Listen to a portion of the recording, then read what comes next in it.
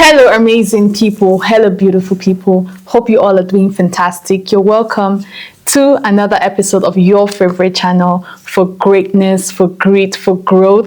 And you're highly welcome to this, what we're going to term a mind-blowing episode on Get Impeccable. We're going to be talking about a very game-changing conversation. Now, let me ask you a few questions. Do you ever feel like your mind is clustered? Is your space a little chaotic? Is your schedule scattered and you just feel de-energized almost all the time?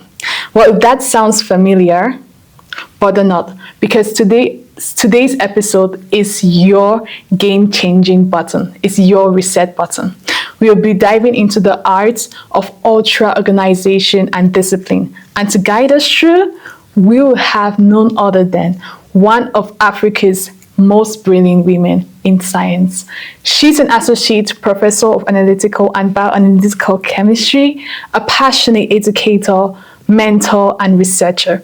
Her specialty spans from surface plasma resonance, mass spectrometry, high-performance liquid chromatography, flash chromatography, and she's currently pioneering works on nanomaterials for water filtration. Wow. Isn't that mind-blowing, guys? Look, Professor, you're highly welcome to Get Impeccable. Thank you so much for honoring the invitation. You can introduce yourself. Thank you very much, Precious, for the invitation. I'm very honored to be here, and thank you very much for that interesting introduction. Oh, it's my pleasure, dear Prof, to have you on set. Actually, it's an honor to have you have accepted the invitation. So let's dive into our conversation of today. We'll be diving into the heart of today's topic.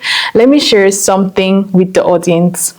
When I first invited you on set, to talk about organization and discipline, you humbly said, that's not my area of specialty. I'd rather talk about something in science, research. I was like, So that made me smile, because every time I've encountered your work or heard from my peers, you've always come across as someone who is very, other than being a powerhouse, you always radiate this punctuality, this precision, and productivity.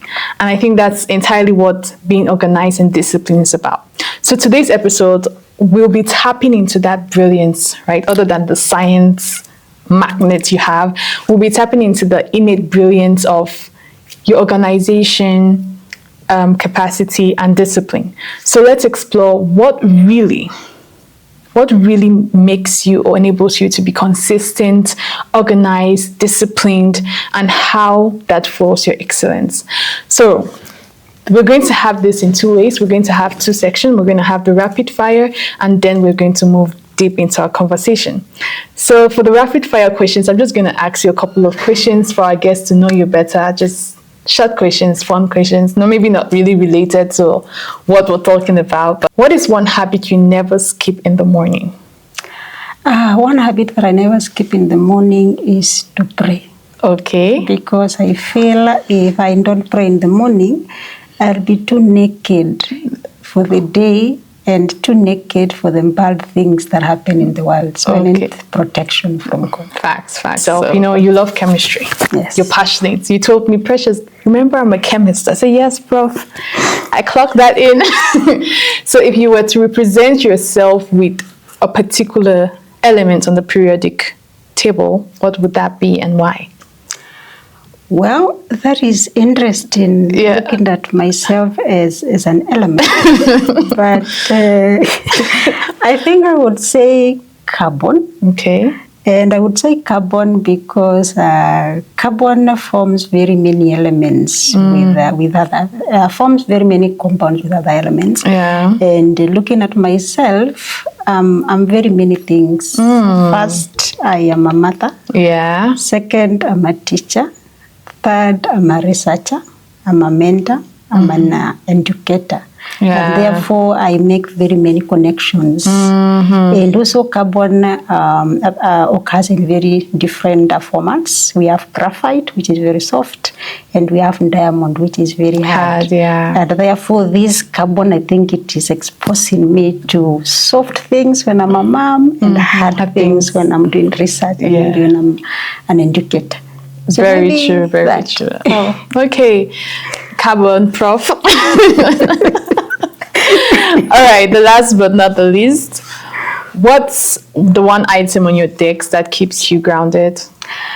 One thing that keeps me grounded is unfinished work. I want to make sure that my desk is clear, and if it is not clear, then I don't want to leave. So I just want to clear everything. Well, I think that speaks a lot of how well you're always keeping to time, managing everything. All right, thank you so much. And I think you guys have gotten to know a lot about our hard, soft guests, our very organized guests. And again, it's an honor.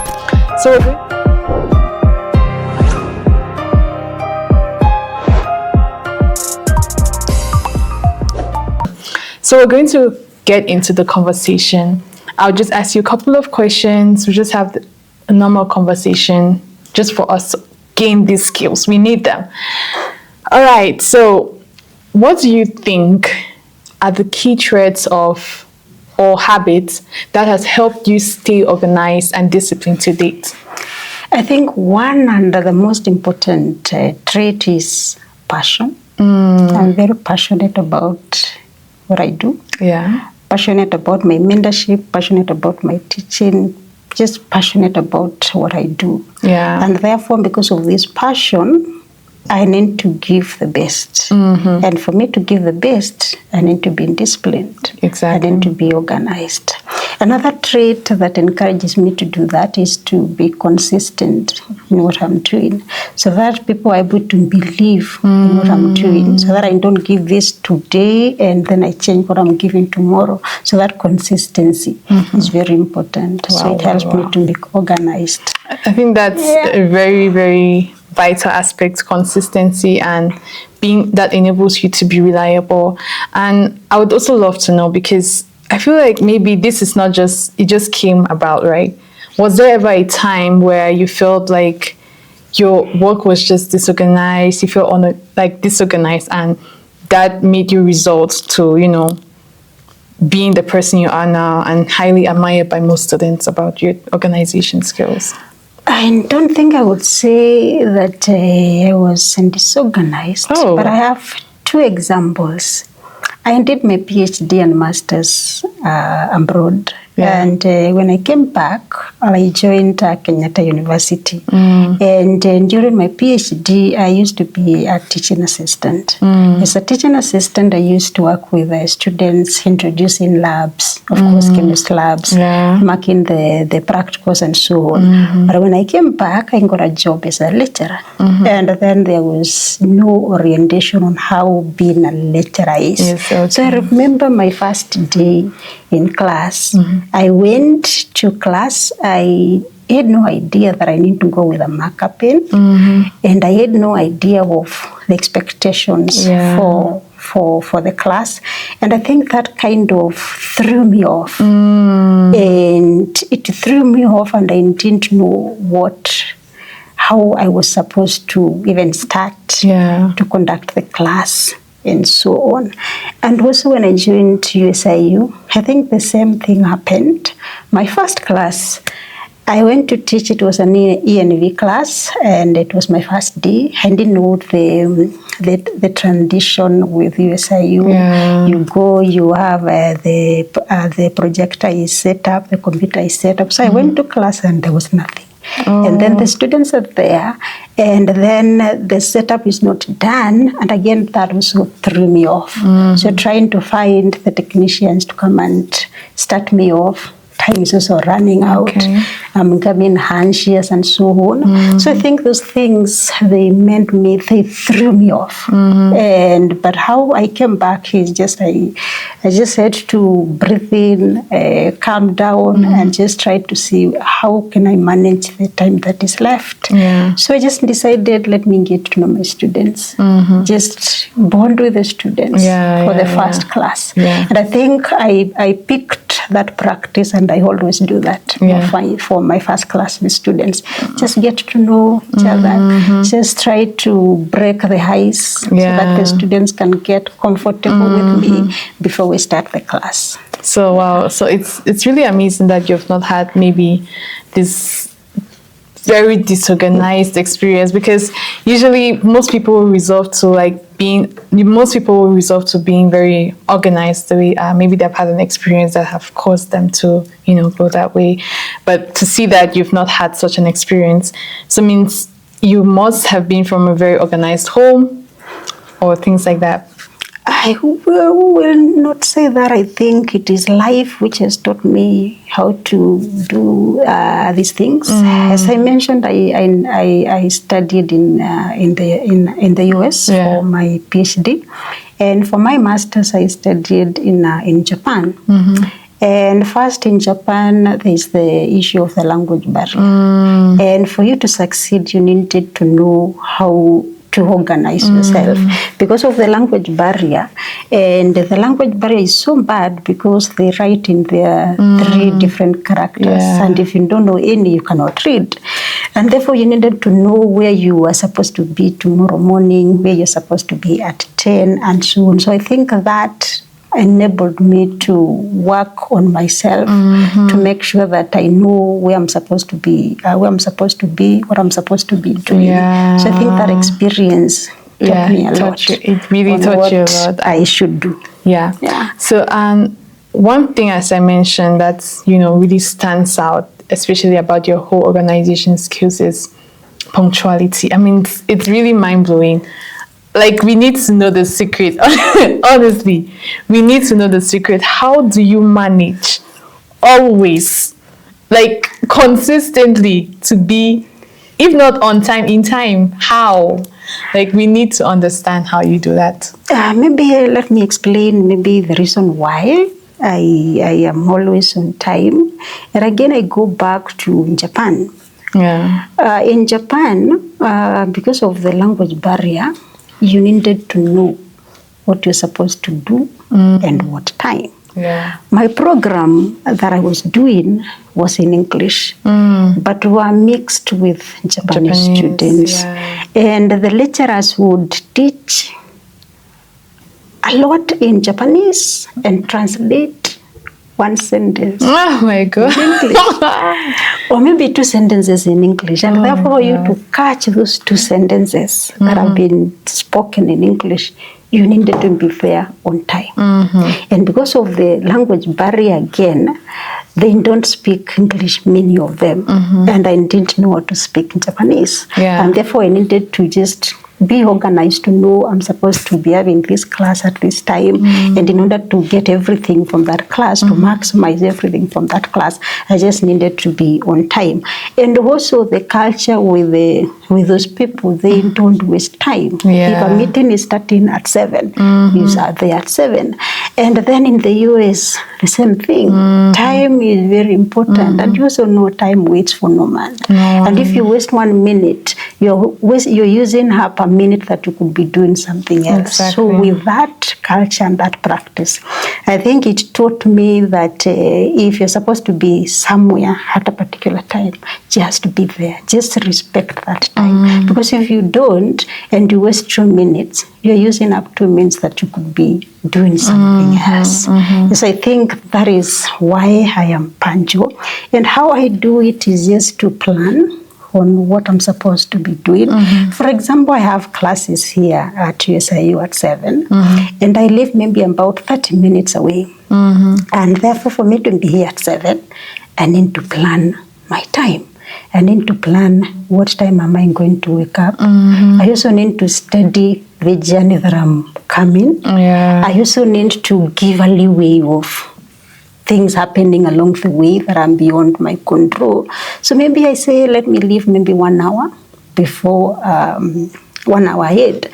And therefore that makes me to be in class at 7 because I planned early and I planned everything. And I also give myself a leeway of anything happening on the road. And with that, sometimes I even arrive here at maybe 15 minutes to, and that gives me time to even sit, rest, and bring everything that I'm coming to teach together. So just prioritizing everything and just planning and preparing very well. It makes me to be punctual. That's I think well detailed. I grabbed 3 things from what you said about punctuality, other than your experience in Japan, which of course will influence you. I mean, being where you are, wherever you are, the environment, the people get to influence you. But I got 3 things. Is that you plan and you prioritize. Those 2 things go together. In your planning, you're prioritizing, what am I doing? The second thing is you study. You study, how is the journey going to be? Because if you know, okay, from, let's just say, from Lumumba Drive to USIU, that's going to, there's usually traffic, there's usually this. Obviously, you need to know that I will have to come earlier than the usual. So you're going to study the journey. And the third thing is you give yourself a leeway. That means maybe 1 or maybe 30 minutes of like, I'm going to use 30 minutes extra rather than just being at going at 7:30. I rather just do, I'm going to go at 7. Talking about the aspect of, you being punctual. I believe in every single thing you do, there'll be people who really admire it and people who will criticize it. Yeah. So people are going to maybe criticize, and I would love to understand maybe people who have, if you face criticism because of your organization capacity and habit. I think I'll not call it a criticism, or maybe I don't know. Yeah. Because I'm not a consumer of what I do. Yeah. But my students are consumer of what I do. So maybe I'll pose the question to you, because you're my student. What do you think of me coming to class all the time? No, you're not going to put me on the spotlight. This is a trap. I feel it's a trap. I feel it's a trap. No, it's not a trap. You're my consumer. Oh my God. You are a consumer of the things that I do. So what do you feel when I don't miss classes? I don't miss classes. I will be there on time. Does that make you to want to come to class early, or you just say, she'll just be there. I'll just join when I can? What do you feel? I think maybe you can tell us. Okay, you're still going to answer the question, but I think based on my experience with my peers, most of the time people will always rush to be early because they know you're always early. So that makes people, like, there are some lecturers who are always late, so students can plan to come like 20 minutes late because they know the leg. But most students tend to come late to class because they don't want to be in class and the lecturer is not there. But in your case, students have to be early because they know you're always early. They will miss out the content. You're going to come in, immediately teach. So students are going to miss out the content you're going to be teaching. So it's I think it's a very good thing, and that's why I say most people are always like, they wonder how you do it. And even in situations where you're going to be late, you communicate in the group that I'm going to be late. That is really rare. Like, you hardly find lecturers who do that. You just find them late, like no explanation, but you actually communicate that, oh, this happened, I was stuck in traffic and this. And I think that's one very, very admirable trait that I think most students really do admire, actually. Yeah. Thank you for that. Just speaking from that, I believe it is important to respect other people's time. Yeah. And therefore, if I am having a class with students and I got stuck somewhere because of something that is beyond my control, I think it's only fair to communicate to the students and tell them I'm running late because of ABC. And that is the same thing I expect from the students, because we are not 100% perfect. When you are coming to class, something can happen and it can make you late. So I will expect if you text me and told me, Miss, something has happened, and I hope you're honest and telling me that something has happened and I might be late. So that now when you come to my class late, I'm not going to be shocked that you're coming this late, but you had informed me. I think it's only fair. And it's just courtesy. Just respect people's time. And if you respect people's time, I think it just shows a good interaction with that particular person. And so I think I just respect time. And sometimes when you talk about criticism, I think most of the times I get disappointed. And because if it's a meeting, I'll be there on time. And then if people come late, you say, I left things that I was supposed to be doing, and I'm now here seated here and doing nothing, waiting for these people to come. It is time wasting, and I should be using that time to do something else. Exactly. So most of the times I get mad, but I realize that I'm working with human beings and you have to be flexible. Exactly. So I blend it. Actually, you just touched the part I was about, for us to talk about, because there's this usual mentality of African time. Yes, we can say we have a meeting at 3, it's going to be pushed to 3:30 or 4. It's going to start at 3:30 or 4. So this mentality of African time has been a major factor why most people, or I would say most young people, don't go early for events, because they'll be like, what's the need for me to go early? So how would you what would you advise someone in such a situation? What's the push factor to still go early, even though there's still going to be the quote-unquote African time scenario that's going to happen? So what's going to be that motivation to be punctual, to be at the time that has been set? Or should you just go at the expected time it's going to start? For me, I would say just do the right thing. And just to take you back, when I came back from the US after my PhD, I used to attend meetings. I still do attend meetings on time, but I would hear this phrase, who goes to meetings on time? Hey. Yeah. And then you're like, what time do people come for meetings? Yeah, and people will just start streaming so late. No apologies. I really get annoyed. Yeah, I get it. because you've really wasted somebody's time, and there's no remorse for doing that. No apology. You just come in and you just try to blend in. So I would just encourage people, just go there on time. Maybe people will say that you are always on time, and then they'll start coming early. Yeah. Because if you say I'll wait, then another person says wait, then instead of starting a meeting or starting an event at 9, you'll start starting at 11. You have wasted 3 hours. Exactly. And those are 3 hours that you'll not get back for that day.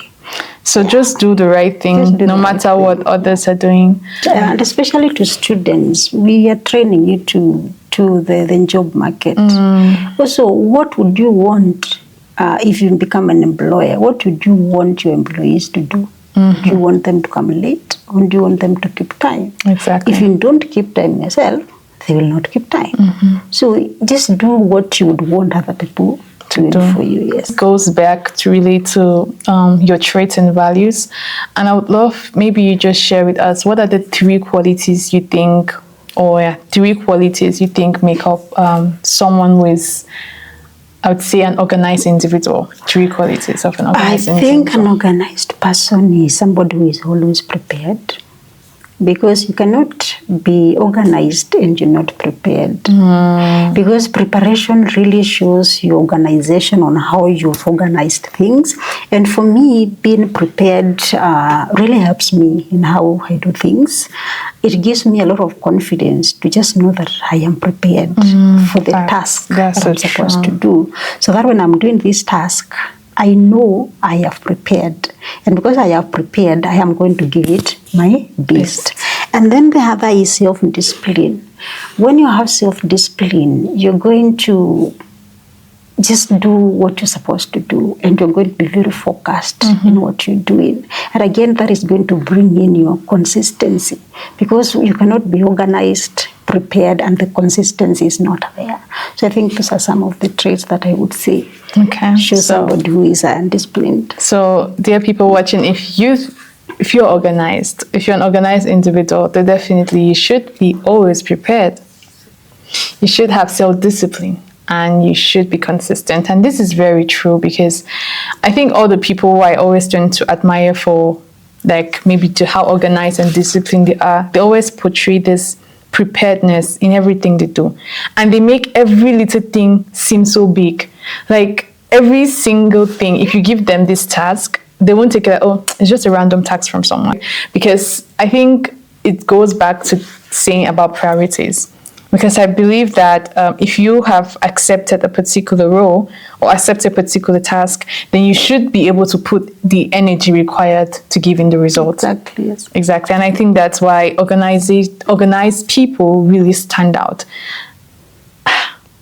Guys, I think being organized is just everything and anything. I think everything we've spoken about gears. We've mentioned organization, organized person, and our topic was how to become or being ultra organized and disciplined. So I would love you maybe to just briefly define what discipline is all about, actually. I think I'll define discipline in just one sentence. And discipline is doing the right thing, even if nobody else is doing it, and even if nobody is watching. Because when you're disciplined, it grounds you to just do, to give your best to everything that you're doing. When you're disciplined, you'll be organized, you'll be prepared, you'll have that self-drive in whatever you do. So just doing the right thing, even if nobody is doing. If people come late, just go early and wait for them. If they don't do the assignment, just do it. Yeah, just doing the right thing, even if people are not doing it, and even if they're not watching. Exactly. That is how we define discipline. Discipline, doing the right thing, even if others are not watching. And that's very important. Okay, we're going to go to the fun twist as we're wrapping up our conversation. For your love for chemistry, I said I'm going to do this one for you because your passion for chemistry is mind-blowing. So could you maybe use chemistry, any concept in chemistry, as an analogy for a disciplined person? I think we've said a disciplined person is somebody who is very organized, somebody who is very prepared, somebody who is very self-driven. That is interesting, but chemistry analogy. Yeah, chemistry analogy to this. But there are many concepts that I teach, we learn in chemistry. But I'm going to pick one. That is the one for ionic bonding. Okay. I hope your audience can understand ionic bonding. We'll try, we'll research. In ionic bonding is whereby you're bonding a negatively charged substance to a positively charged substance. And for that compound to hold, that arrangement must be there. And therefore that organization must be there. Because if you break that organization, then it will shatter. And if you're not disciplined and you're not organized, then when you're doing your things, you're going to be shattered. And sometimes it happens if I'm not very prepared. Sometimes I lose confidence because being organized gives me flow. And because it gives me flow, I'm able to flow with whatever I am doing. But if there is a gap, it does something, it affects my confidence. And when the confidence is affected, I may not be able to give my best. So having that ionic bond with that arrangement and that organization, I think it might explain a lot about being disciplined. I think I've tried to picture the concept, and I think it's very powerful. You know, having the arrangement is the positive and the negative. They have to be together. Always like that. Always like that. Yes. With the electrostatic force of attraction holding them together. Now think of it because usually when something gets broken, it's because the positive part has been pushed, like charges have been pushed together, and that's what causes it to shatter, right? So it means if you distort that organization, if you distort your principles, if you distort your values, you distort reading and planning, that definitely will shatter your plan. That definitely will shatter your organization skills. And oh my God, that analogy is so powerful. I think everyone should actually use this. Even if you're not a chemist, you've gotten ionic bonding today. Apply the concept. Wow, this really has been a very inspiring session. Professor, Doctor, the great analytical chemist, everything in one. Our dear Carbon in person. I am really so grateful that you actually blessed us with your presence, your wisdom, your insight. I mean, everything. You just brought in everything. You came in so prepared, and I'm like, wow. I mean, the willingness and the drive in which you carry everything truly shows how much you embody everything you're talking about. And I'm really so grateful. So before we wrap up, usually I always do this for the guests, or for the audience actually. I would love you to maybe just give just some words of encouragement to those watching you. You know, you've experienced life, you're experiencing life, you're thriving, you're admired, you're inspiring. So maybe just say some parting words for, the audience. Thank you very much for that. What I can say to your audience is that in everything that you do, just be you and give it all your best. Exactly. Thank you. Exactly. In everything you do, just be you and give in your best. And I think Get Impeccable has been emphasizing this a lot. Don't try to be someone else. And our last episode was actually about that. You being you and growing and nurturing the you. And again, I am really, really grateful. Can I have a humble handshake? Humble. Delighted. Oh, thank you so much. I am really so Do you want a honored. hug? Oh, I can get a hug. Oh my God. Thank you. My pleasure, Prof. Thank you. Oh my God. I got a free hug. It doesn't come every day. Oh my God. Anyways, thank you. And that's it, amazing people. If you're yet to subscribe, if you're yet to hit this like button, what are you waiting for? Get Impeccable, your #1 growth platform. It's here for you. We bring in the best for you. Please like, please subscribe, please share, please comment. Let us know what you think about this session, how we can improve your comments, and what you got best from our amazing guests. And please keep growing with us. Until next time, I remain your humble host, Precious and Dean. Thank you so much. See you. Ciao.